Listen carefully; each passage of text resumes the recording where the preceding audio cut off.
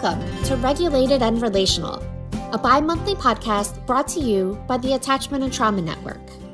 Today, Julie and Ginger are focusing on how RAD shows up at schools and what teachers, counselors, and administrators need to know to respond with understanding and effectiveness. Let's listen in.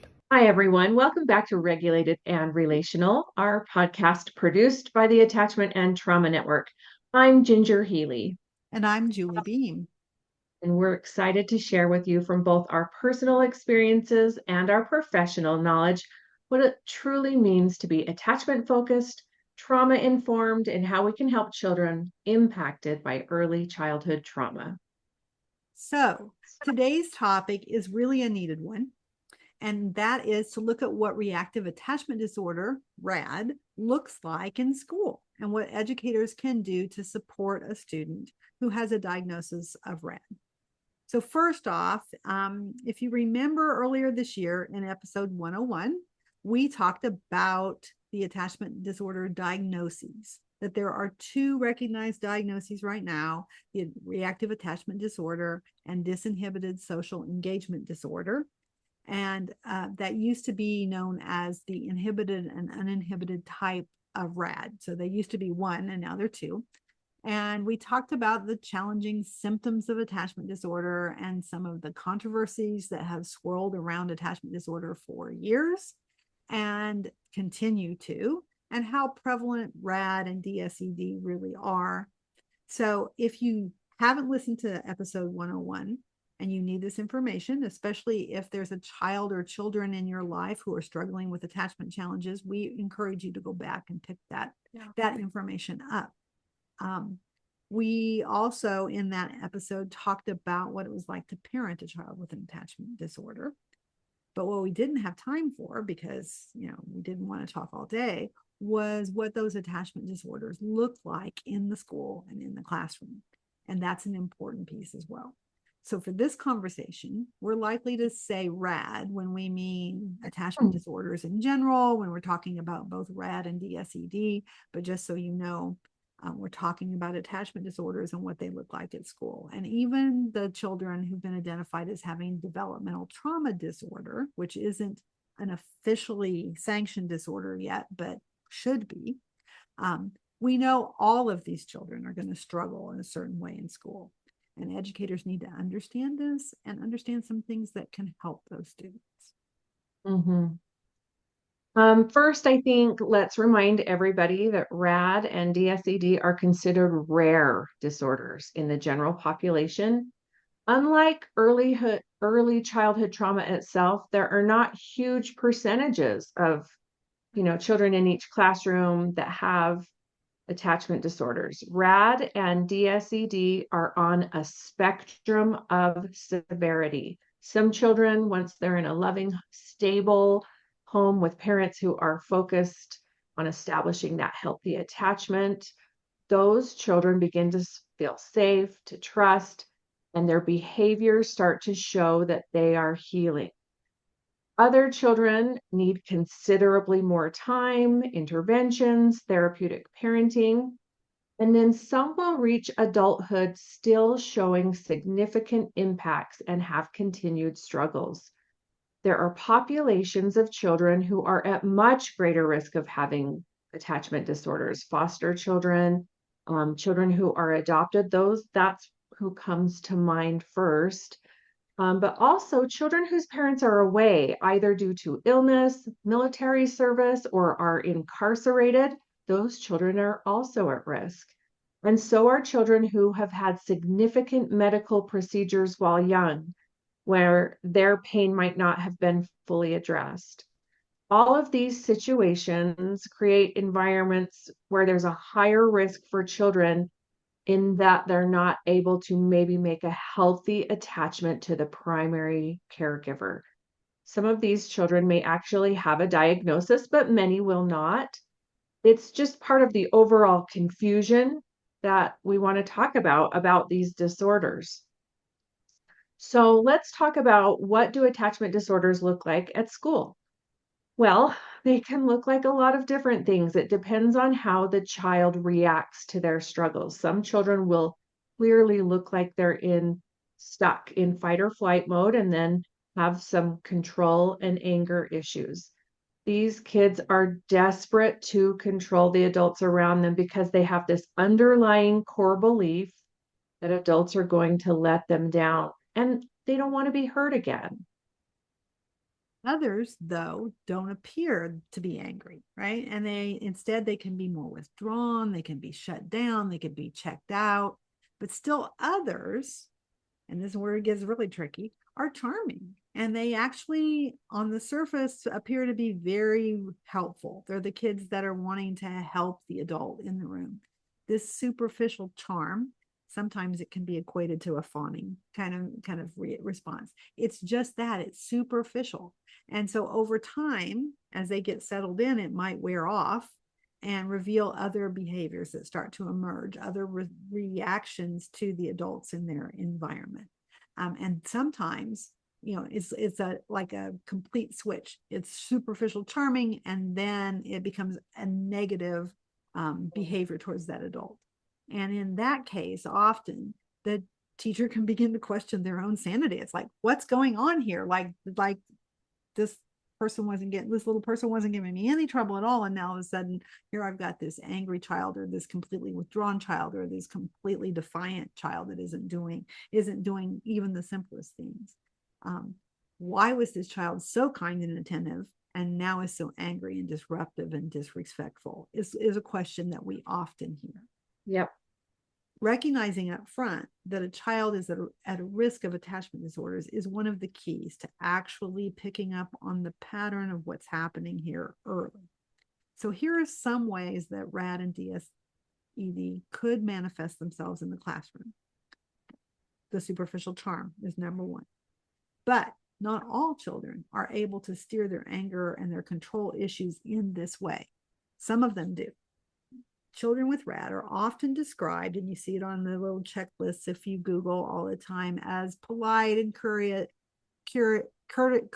not curious, courteous, and showing signs of loving relationships. They behave this way in one environment and can totally wreak havoc in another. So sometimes they behave this way at school and are really angry and even can be violent and out of control at home, or sometimes it's vice versa. So teachers can get easily confused by this, mistaking the frazzled parents that they see in front of them as maybe parents who are incompetent or are doing something wrong and causing the child's behavior because the parents are reporting something that is not seen at all at school, or the current teacher isn't believing the previous teacher, who also seems to be having exaggerated reports around the challenges they're facing with this child. So you can see why there's a big problem happening here, right? Yeah. Some teachers see a huge turnaround once the child gets comfortable in the daily routine. That superficial charm is a survival mechanism. It's to their stress response. They're feeling the stress response of needing to be in control, and the survival mechanism and what they've been able to sort of teach themselves is, if I can be charming and helpful, I'm going to survive. I'm going to be able to control this, what happens with this adult and the relationship that I have. It gets especially tricky for everybody involved when the adults start doubting the other adults, because that allows this child and the child's disorder to start triangulating the situation, right? And the school thinks there's something wrong with the parents, and the parents think there's something wrong with the teacher, and the teacher think, there's just this whole thing happening here, and nobody is figuring out that it's because this child is in this traumatic, stressed out, stuck mode, and they can't Right. see what's really going on with the hurting child. So that's one way that RAD and DSED can manifest in the classroom. Right. And another way is developmental delays. It's not uncommon for a child with RAD or DSD-ED to not meet age-specific benchmarks in many ways. could be sensory, social, emotional lags, but there can also be processing and other learning disabilities woven into this child's complexity. And this is especially true for children with profound neglect or those who have had multiple placements, multiple caregivers in their history. If there have been significant and or numerous disruptions in the child's early years, many developmental steps can be missed. Right. So sometimes it's really hard to ferret out Yeah. what is related to the attachment disorder and what could be other things. Right. Then, and you see this on all the checklists too, there are many awful, ugly behaviors that can crop up. The ones that we as adults get triggered by often: the lying, the stealing, the violent outbursts, the lack of impulse control. Now, not all children with attachment disorders exhibit all of these or any of these, but when these children do, it can be very hard on the adults who are trying to reach them, teach them, the parents too, to deal with those behaviors if we're trying to address just that behavior, right? These behaviors are really maladaptive coping strategies, and they may have served them well in another situation. If they were abandoned or neglected and needed to provide for themselves, or if they were in a situation of danger of some other way, lying and stealing are not, they could have served them in some way, right? It's all about the control and the feeling of safety, right? I don't feel safe, so I'm going to try to control my environment. And that's what leads children with attachment disorders into those kinds of behaviors. It's very hard for us as adults to understand that as a why underneath all these behaviors, right? And sometimes we fall back to our old behavior management ways and thinking because these behaviors are so big and ugly and awful in our minds. And we just want the behaviors to stop. So here we are thinking about punishment and maybe a little retribution for these behaviors. Like if you steal something off my desk as the teacher, I'm gonna want you to make good on that, and I'm gonna not be happy with you for a long time because it's hard for my nervous system to not get dysregulated when somebody lies or steals or gets violent in my presence. It just is. So that's something we Super have to be hard. aware of. Yeah. And you've got other students in the classroom watching. I mean, Right. we recognize how complex all of this is. And so really we need tools and skills. And I really want to talk about exactly what works with students who have RAD or DSED. But first, I think it's really important to talk about what does not work. Yes. And by what doesn't work, what I mean is there are things that will make the situation worse. And so I want to talk about those Gasoline because on the fire, right? yeah, Yep. yeah, because that's our reality as well. So first, let's talk about the traditional behavior modification strategies. I'm talking about both rewards and punishments, because these children are first and foremost impacted by trauma, relational attachment trauma.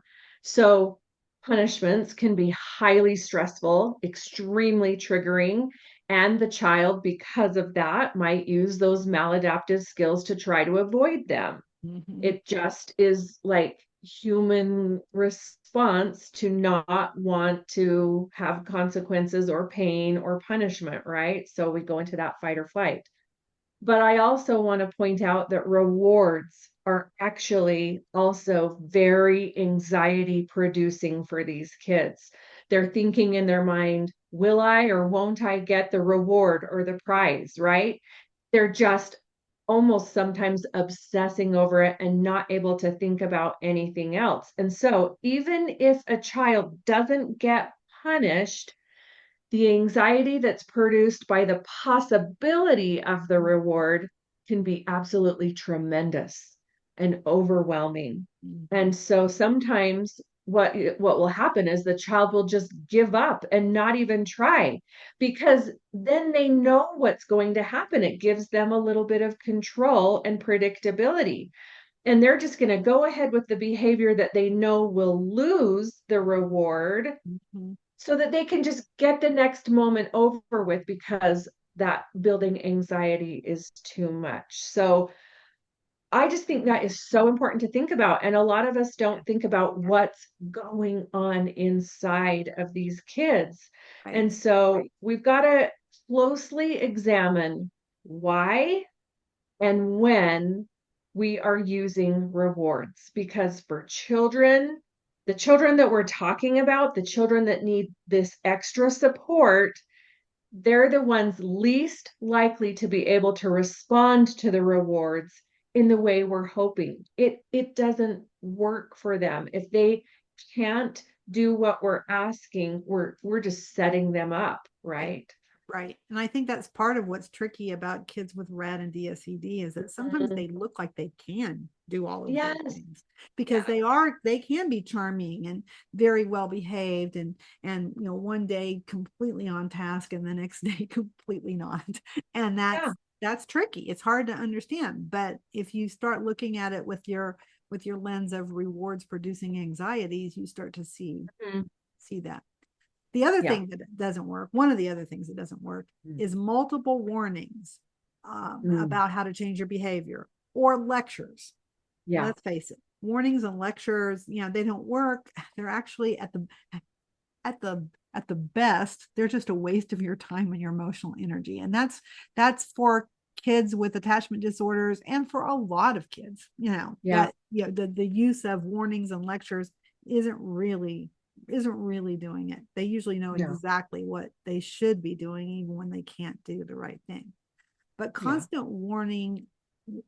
warning a child or lecturing them sends them a message, and that message is related to the child's inner working model and what they believe about themselves. It reinforces the negative identity that these children with attachment disorders have. So they believe that they're someone who misbehaves. That's who they identify themselves as. I'm someone who misbehaves. So that furthers that whole cycle of wanting to give up, right? Or to not participate, like we talked about with the rewards, to just go ahead and act out and confirm that belief. Of course I'm horrible. I'm just, you've told me I'm horrible. You're giving me a lecture about I'm horrible. And, you and I both know I'm horrible, right?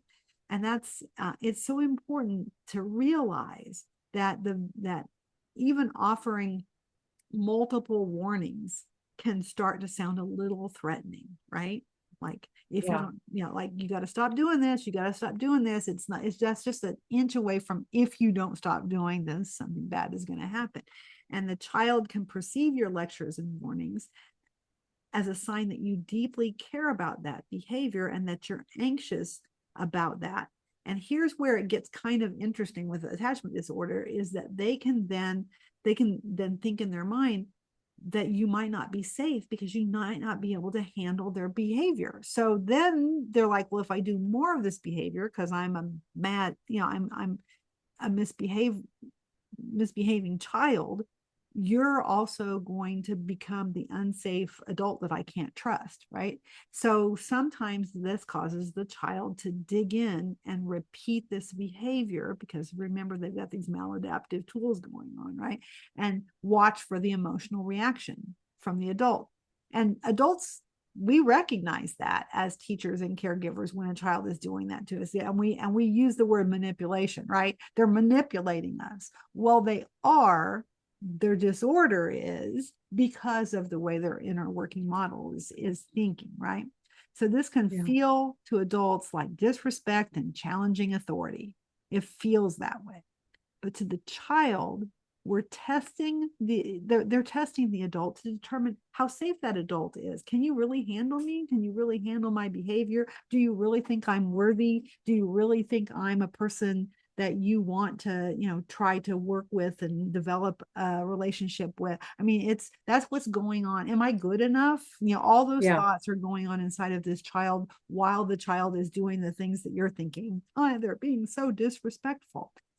It's a slippery slope for us, right? To be working with the children with reactive attachment disorder, and which is why you see on these checklists when you run across the experts of attachment disorders say things about do not lecture, do not repeat your directions, do not make multiple warnings, say what you mean, and then calmly enforce it. They'll word something like that. And that's the reason that it's all about that. Can you be a trustworthy, safe adult who can handle whatever I throw at you, which might look a whole lot like something that should dysregulate you. That's what that's it.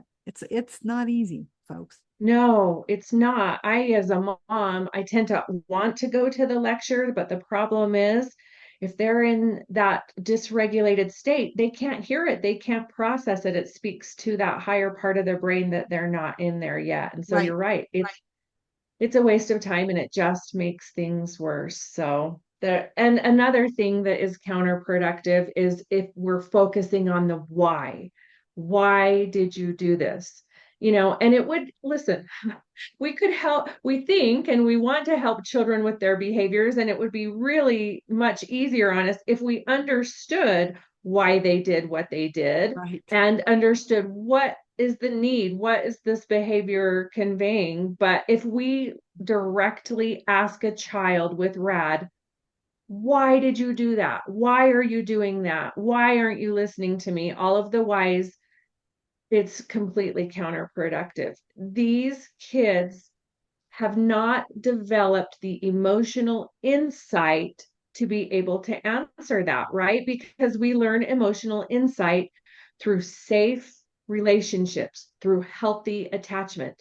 And these kids have not had that. That's why they have this diagnosis or these behaviors resulting from these attachment struggles. They have not had safe relationships and healthy attachments, so they don't have emotional insight. So us asking them to think about this, respond to this, process this, and answer me, it's just counterproductive. And it puts them in the position where they feel forced to make up an answer, like tell us what they think we want to hear, or and I've been in this situation, right? It can lead to a situation where they're lying, where they're making up a nonsensical, something that isn't even true, that everybody knows is not true.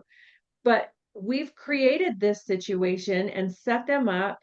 And then because this child is lying, we feel like we need to punish them, right? It's just this it just starts ridiculous spiraling out of control. Yeah. And I say that in absolute humility. I know this to be true because I've done this before, right? It's like, how did we get here when we started over here? We're just so far off base. So parents and teachers, can spend a great deal of time chasing a why. And that is a hallmark of what happens with attachment disorders. So don't chase the why. Focus on that relationship instead of on the behavior. It'll save you so much time and stress. Exactly. Good one. So the final thing I want to mention is that it's not productive to react emotionally to this child's behavior. It's easier said than done, but it isn't, right? Children with reactive attachment disorder and DSED are often described as children who shock and surprise, or children with extreme behaviors, or children who lack empathy. You see those words when you start reading about these disorders. This isn't always true, but when it is, it can be very hard for us, the adults, to not react emotionally because what you're faced with is something that is shocking or surprising. And this is where understanding regulation and understanding your own regulation and what you need to keep yourself regulated is crucial.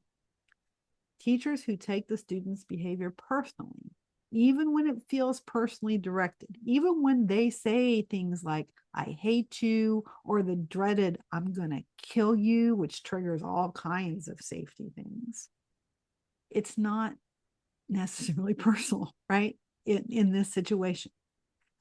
You're going to continue to struggle with this student, and you're going to continue to struggle with the whys unless you're able to say this is a hallmark of what these attachment disorders will do to this child's inner working model and to their survival mode maladaptive behaviors, right?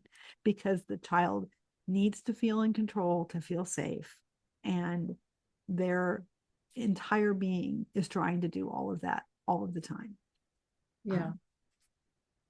Yeah, and I know it because I can hear it in all of your collective voices and thoughts, but well, that's not okay though. We It's can't not let okay. them do that. Yes. So that's why, we're going to talk about what can we do? What should we do? That's really where we want to go next because there really is so much. And the first one is this idea of a team approach. A team approach is always best.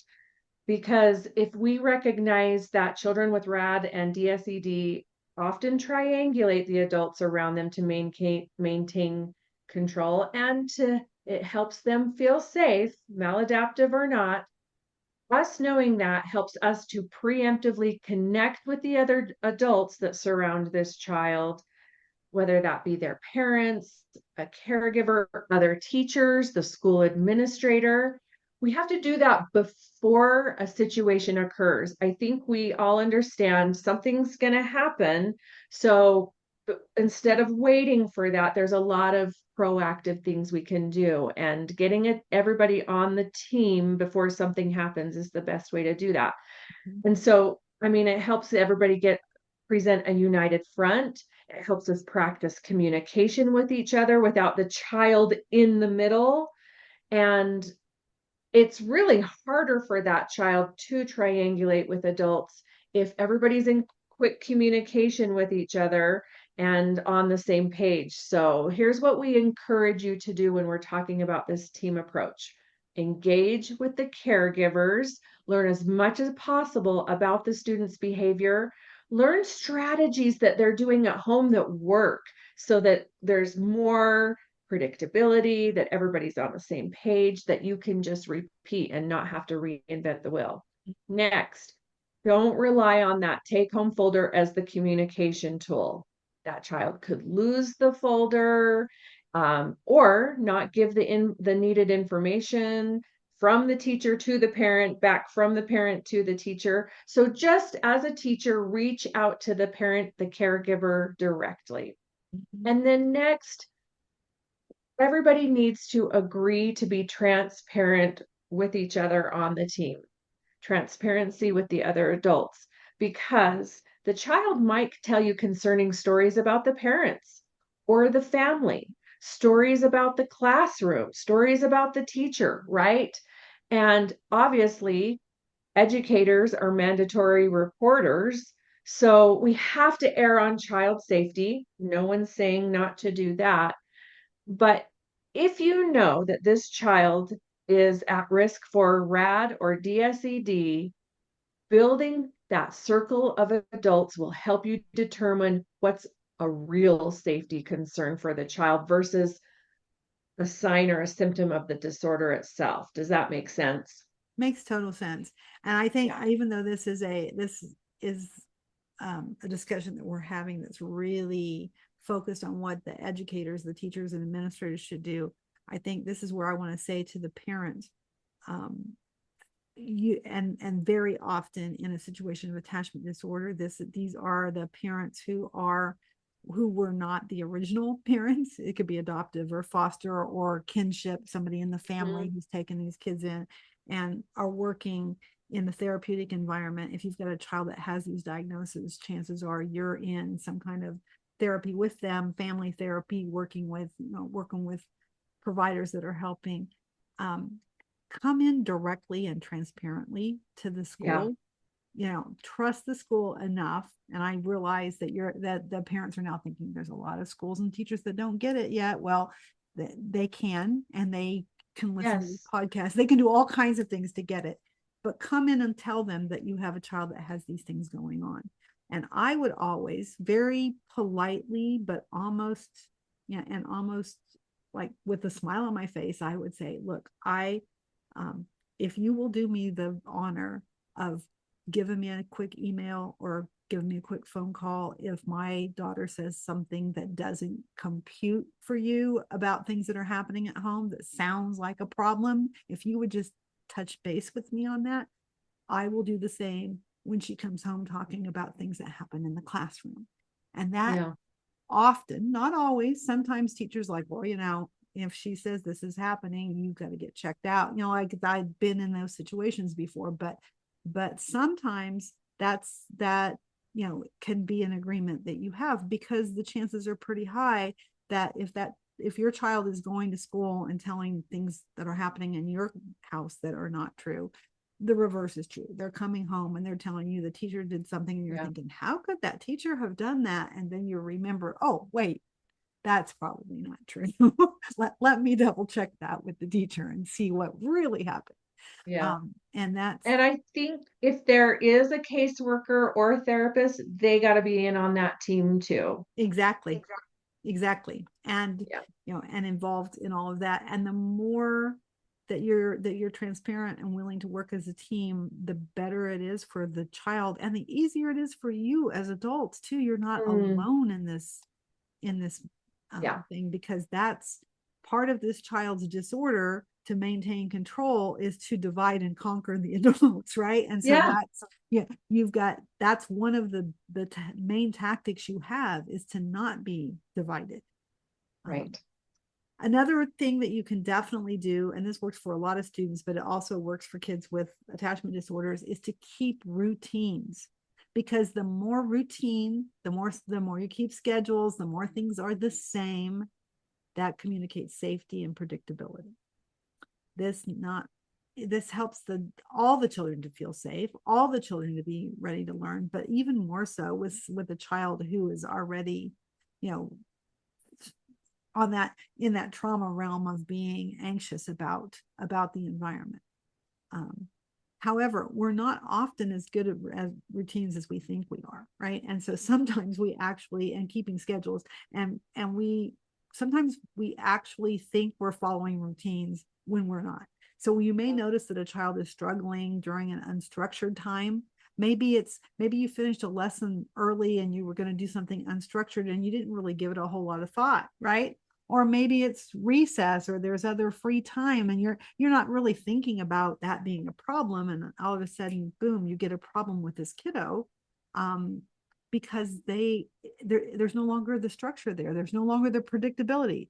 Their midbrain, their emotional seat is going, oh my gosh, what's happening? This was never happened at this time of day before. And it's and that's huge for kids with attachment disorder. And it's also huge for kids who have anxiety in general and who struggle with any kind of change. So recognizing that, and even if we are transitioning to an unstructured time, do it in a very safe and routine way, and then be prepared for the kids that are going to struggle with that if you're going to do that. Right. Substitute teachers is a huge thing, or a change in schedule. Like we used to go to music on Mondays, but now we're going to go to music on Thursdays. Those can be triggers, and we need to recognize that. And we need to try to surround that child right then. Sometimes adults believe and advise other adults not to tell their children when there's going to be something going on. That happens. That was what I call old school attachment disorder wisdom, because children with attachment disorders have such big behaviors around a change that, well, if we don't tell them, the explosion isn't going to be any bigger when it happens, but at least we haven't told them and they're exploding clear up to the change, which I understand the thought process of that, but that's really not helping the child, right? Right. Not helping their nervous system be able to prepare for the change and the transition. I know that might be convenient for ourselves so that we don't have to deal with all that anticipatory anxiety, but it's a bigger shock to their nervous system for that to just be a surprise, especially like I'm thinking about situations where maybe you've got a long-term sub coming in or something. Doing something that helps guide that change and transition with other adults that are safe around that is really the best way for kids with reactive attachment disorder or DSED, for kids with developmental trauma, even kids that are neurodivergent who have trouble making changes. Like this is good practice for so many kids. So many. Yeah. And that's really one of the ways that we can recognize that child's that risk of slipping into survival mode. You can anticipate that child's reaction and have a plan in your head or with other staff of what to do if the child reacts. And so that leads us to talking about triggers. And when we can notice those usual triggers, for many, it's hunger. For many, these sensory things like loud noises or frustration and overwhelm. If we know that math is a big, struggle for this kid, we can anticipate that. Or like being teased by other children. Some have a vivid memories due to something sensory. So if you can notice those early signs of dysregulation, then that gives you more time to respond in a way that keeps everybody safe and preserves the child's dignity, right?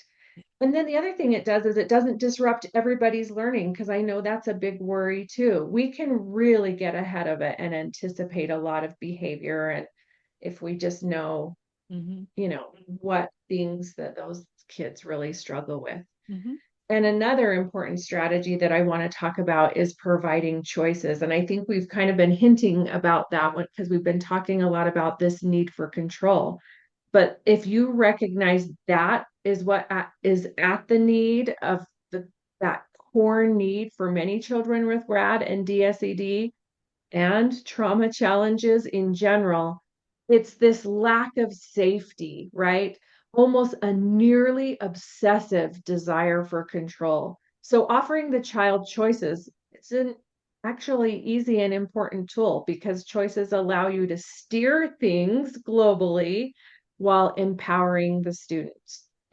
Choices allow, let me give an example. I think that would help. Okay, we're going to do some quiet study time. Would you like to do this at your desk or in the reading nook or next door in the counselor's office? Okay, that gives that child the opportunity to do things in their way. And it also gives them that opportunity to start to voice what makes them feel safest. So maybe it's the counselor's room that's more quiet, or they have a relationship with the counselor.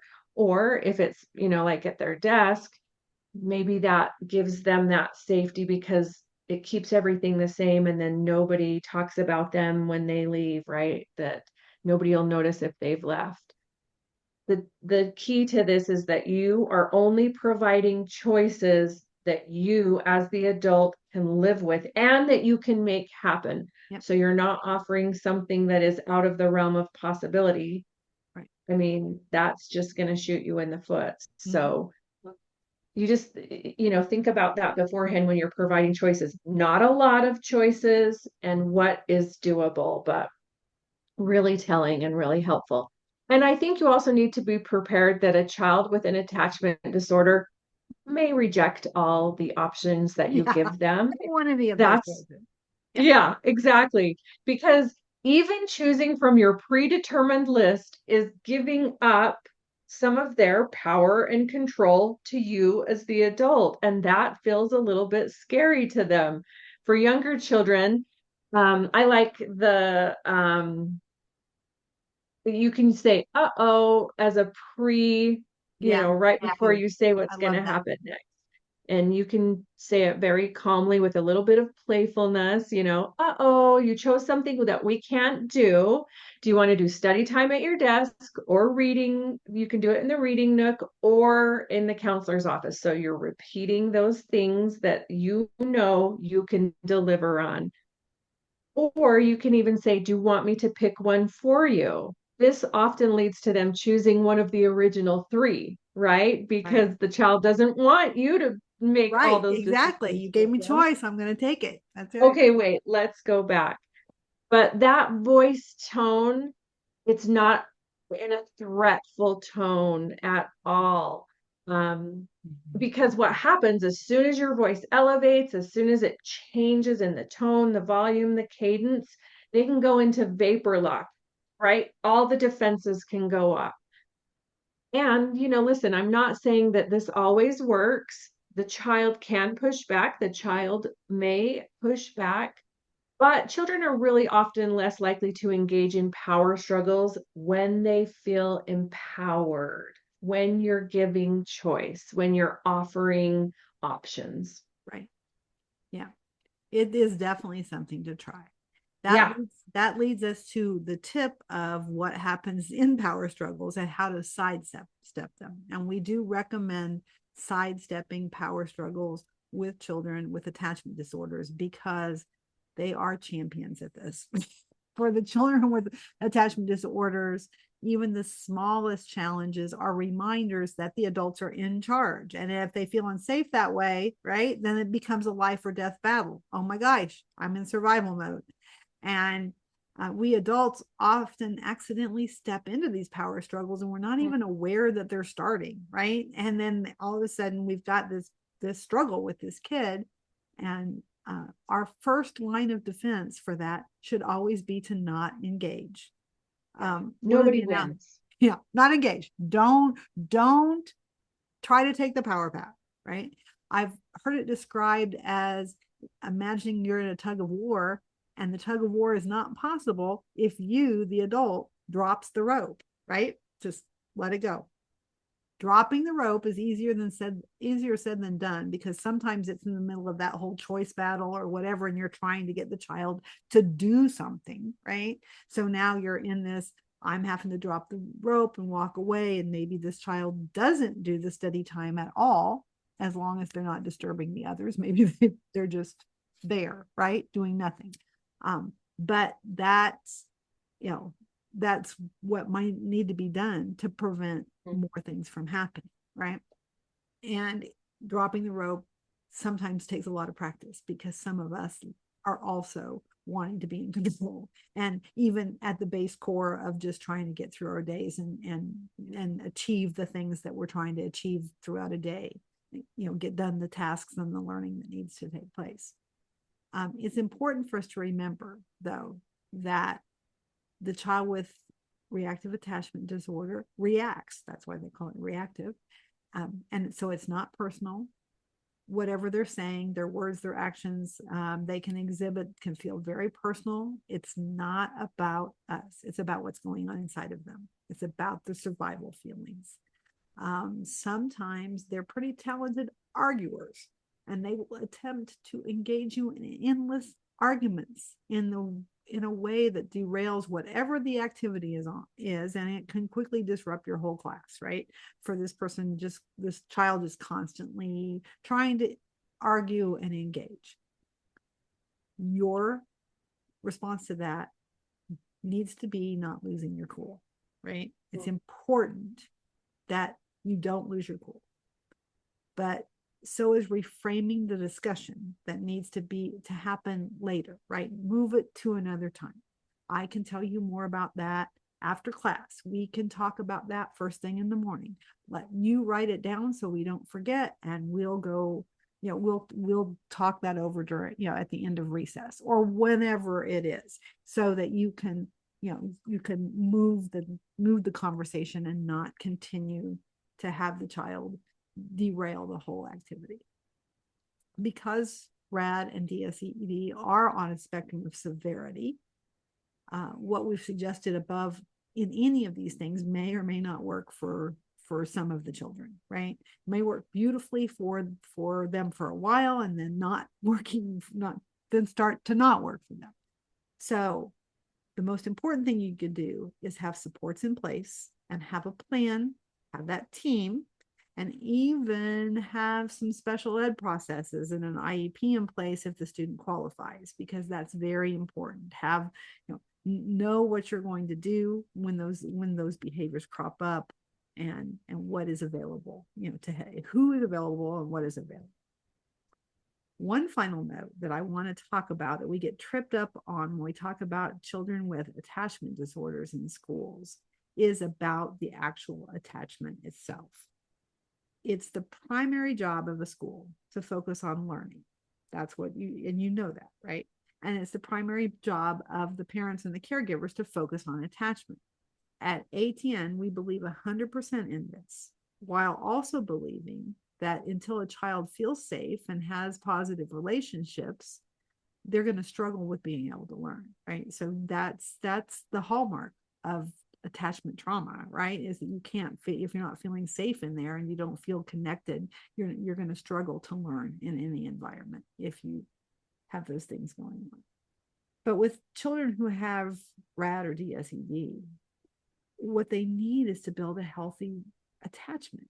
But they need to build that attachment with their primary caregiver. That's the core, right? That's the crux of this disorder.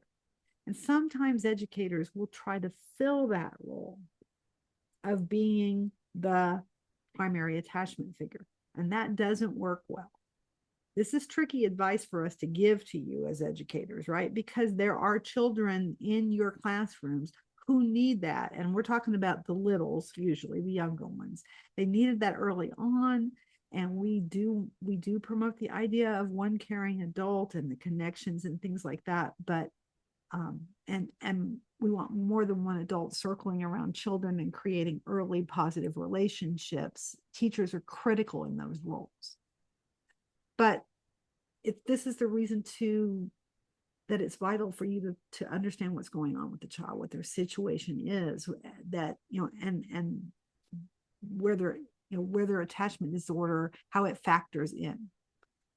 If the child has a safe, stable primary caregiver currently, right, in the current situation, and that can be a foster parent, an adoptive parent, it can be a family member who's stepping in and as the parent and the caregiver, the primary attachment needs to happen there with that person, those people, that family. And the teachers need to support that. The educators need to support that is happening. Well-meaning educators sometimes jump in to try to build a relationship with a child that is in that situation. And I know that because I've worked with foster parents and adoptive parents for about 30 years now. We've been working with them. And it happens often with younger students. And that interferes with what's happening at home and in therapy, right? Because that teacher then becomes sort of triangulated into this situation. And that's the whole point of this caveat that we're trying to give you, is that it is good practice to make connections with children and to help promote healthy attachment with children. But it's not good practice to jump in as the primary caregiver unless you know that this child truly doesn't have somebody that's making a real difference in their life, right? The bottom line is that it's especially critical to work with the parents and the caregivers and understand where the family's at, what's going on with this child, where the caregivers and parents are at, and let the attachment role stay within the family if it's at all possible. So that's something for you to chew on for a while, I'm sure, because that's kind of a complex thing to think about. It is, but I think it's an important point because your role as the educator for this child is temporary. Mm-hmm. And another loss, if it's coming in, can really complicate matters. So supporting, that's what we're asking for. Yeah. So if you hear nothing in this podcast about how to deal with children with attachment disorders in school, know that attachment disorders are rare unless you're working with populations that are at risk, like adoptive and foster and children whose parents are missing from them. And then they're not rare. They're probably not really rare at all in that population. And then the other thing is to really know that the first line of defense and support is to build a team among the adults and really talk about what's going on with this child and how each person can play the role that they need to play in supporting the child. Okay. So thank you for educating the children who have significant trauma and children who have significant attachment disorders. We know they're in your classrooms. We know sometimes that's so very, very challenging. We at ATN are here to help. There'll be resources in the show notes, and you can always reach out to us for more information. Thank you all for listening today. And that's a wrap for today's episode of Regulated and Relational. In our next episode, Julie and Ginger sit down with Dr. Melissa Merrick to explore the evolving landscape of child well-being and what it takes to move from awareness to true prevention. A special thanks to Joe Kramer for donating the music.